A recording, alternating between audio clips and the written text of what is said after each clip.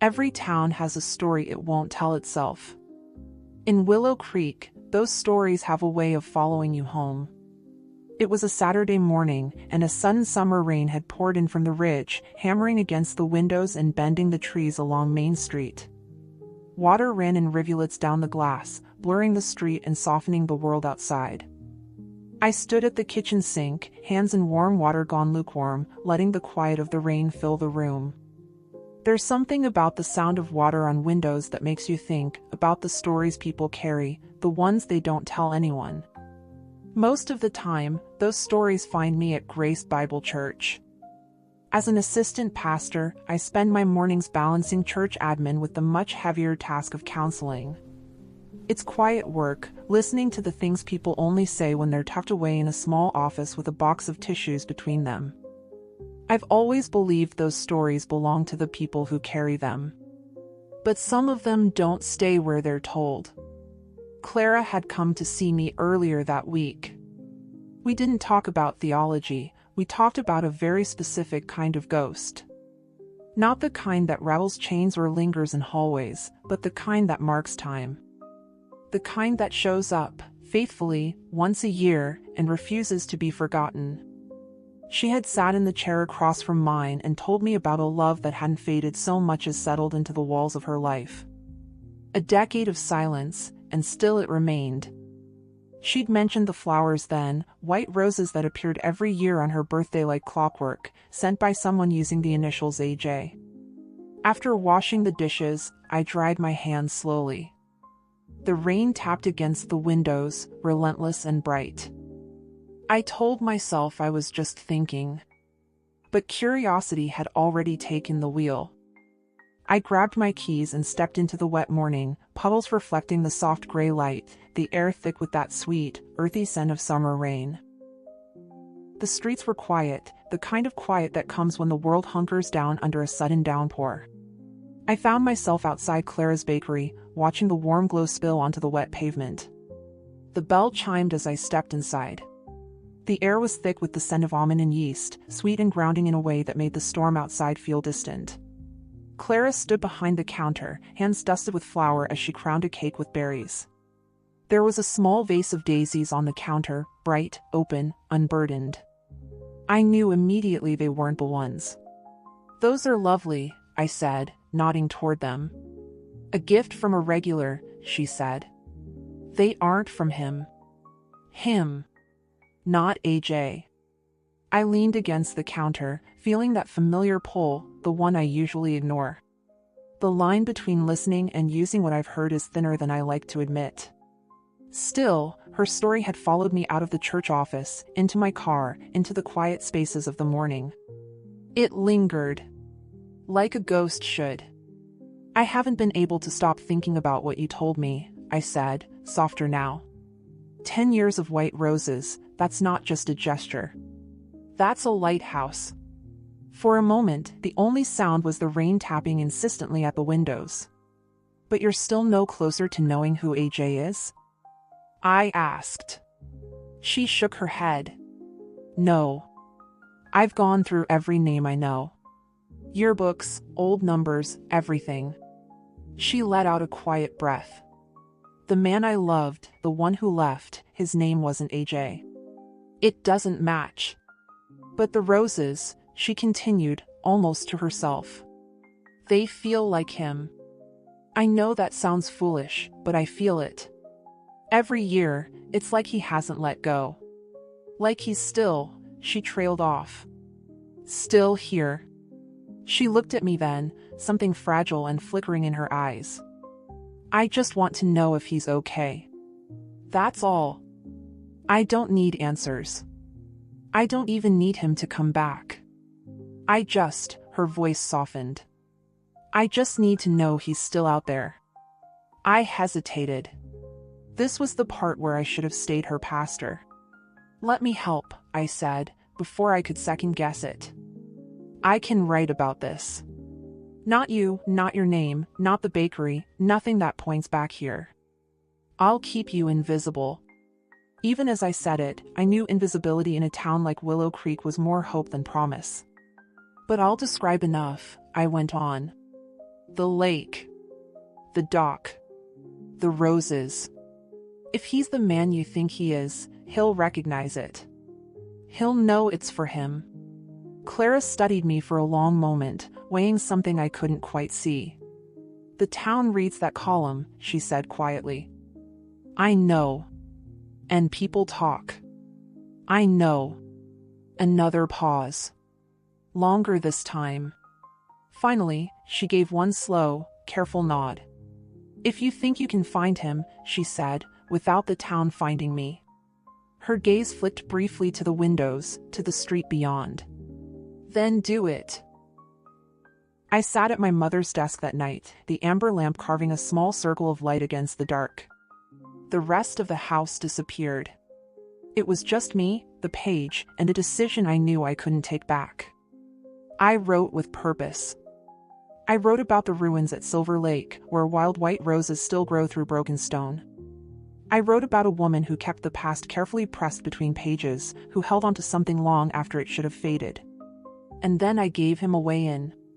The dock is still standing. The initials are still there. If you are real, if you are reading this, the Chronicle's office is where you begin. The column ran Thursday morning. By noon, I knew exactly what I'd done. The first man came in carrying a bouquet that still had a price tag tucked beneath the ribbon. He smiled too easily, like he was stepping into a story that might belong to him if he said the right things. By the end of the day, there were 3 more. Different faces. Same performance. They spoke in vague memories. Borrowed details. One even mentioned the dock, but couldn't tell me which side of the lake it faced. They weren't looking for Clara. They were looking for a role to play. By Friday afternoon, the office was quiet again. The door stayed closed. No more men. No more guesses. Just the sound of the ceiling fan and the weight of a story that hadn't moved at all. Or so I thought. It was the envelope I almost missed. No return address. No name. Just my office written in careful, deliberate print. Inside, no letter. Just a single pressed white rose. Not fresh like the others Clara had described. Older. Flattened. Preserved. Something about it felt intentional. I turned it over in my hands, and that's when I saw it. A small strip of paper tucked inside the fold of the stem. Not a message. A receipt. Faded, but still legible. Willow Creek Feed and Supply. Dated 21 days ago. I stared at it longer than I should have. Because this wasn't someone passing through town. This wasn't one of the men who walked into my office trying to become something they weren't. This was someone who already knew Willow Creek. Someone who didn't need the story explained to him. Someone who knew where to find white roses, even when they weren't in season. And then it settled. Not all at once, but enough. Clara had been looking for a name that didn't match. Someone she lost. Someone who left. But what if the man who stayed was the one she never saw? I picked up my keys before I could talk myself out of it. Because if I was right, this wasn't about finding a stranger. It was about asking Clara the one question she hadn't thought to answer. When I got home, I warmed up the soup from yesterday and carried it into the living room, where the moving boxes I still hadn't unpacked sat scattered around me. I picked through them slowly, as if there were no real need to finish, as if leaving them untouched might hold something in place. I let the quiet settle around me the way it does in Willow Creek, slowly, without fuss, like it had all the time in the world. It was the roses that stopped me. I had left the pressed rose on the kitchen table, and somewhere between sorting through the boxes, I found myself standing there, staring at it.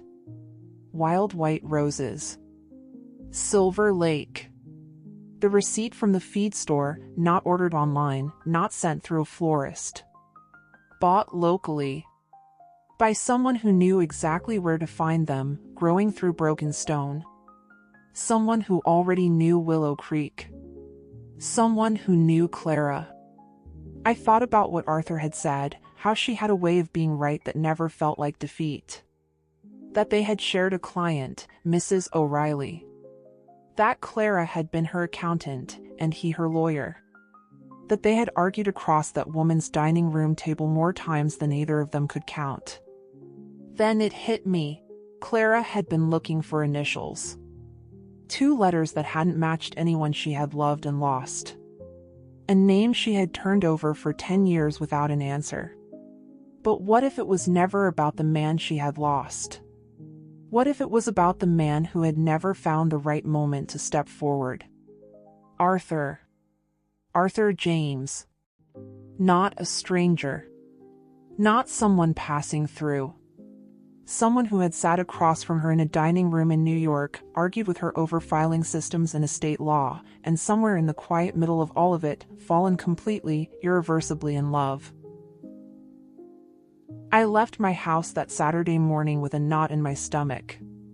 The apology I owed Clara had been forming since Friday, the one where I admitted that my column had failed. That instead of drawing out the right man, I had invited a circus of strangers into her life, and not one of them had been worth her time. The rain hadn't stopped. It drizzled in steady, silver sheets, pooling in the street and softening the world in shades of gray. I walked past the bookstore, past the quiet cafe, and paused in front of the bakery. That's when I saw him.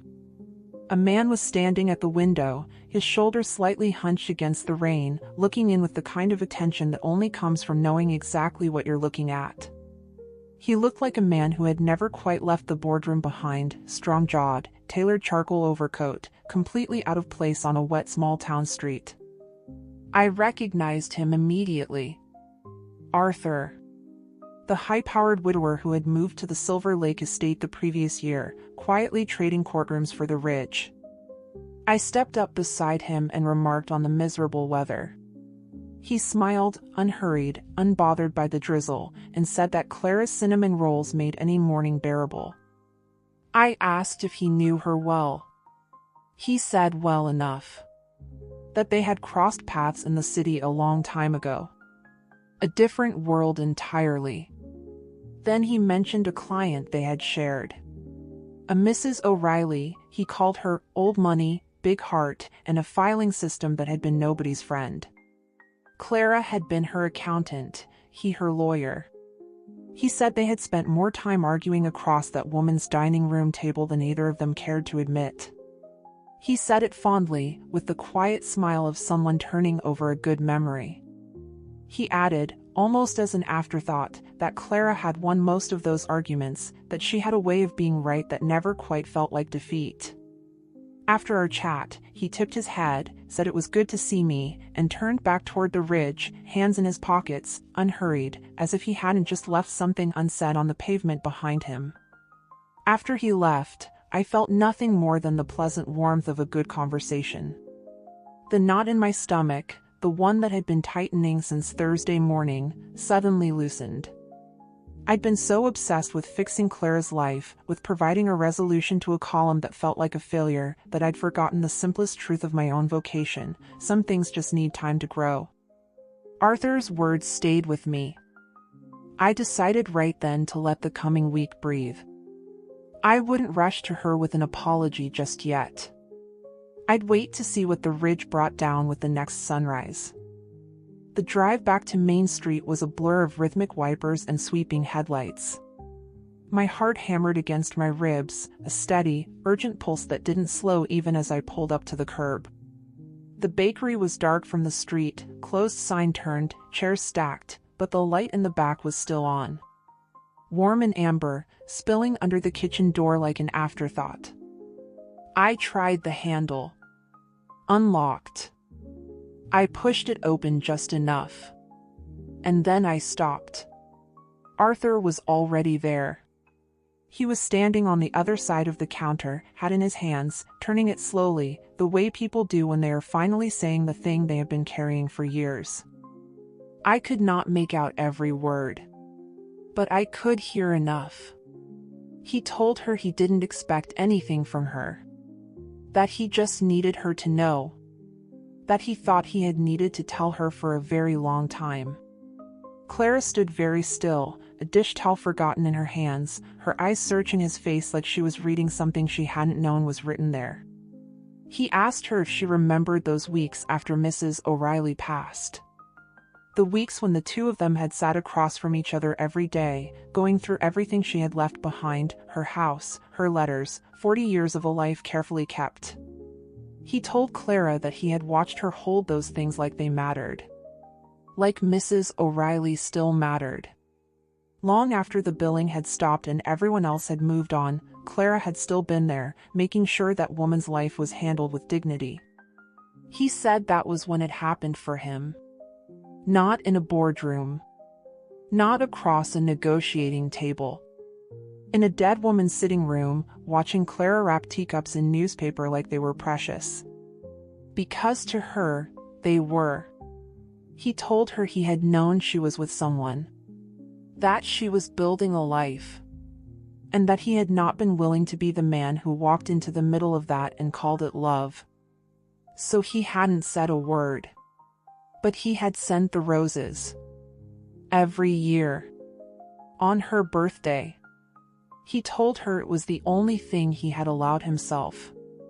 The only way he knew how to say, "I still see you." Clara set the dish towel down slowly. She told him she had kept every one. Every single rose. She had dried them, saved them, lined them up without ever knowing who had sent them. She said she had just known, without being able to explain it, that whoever it was, they saw her.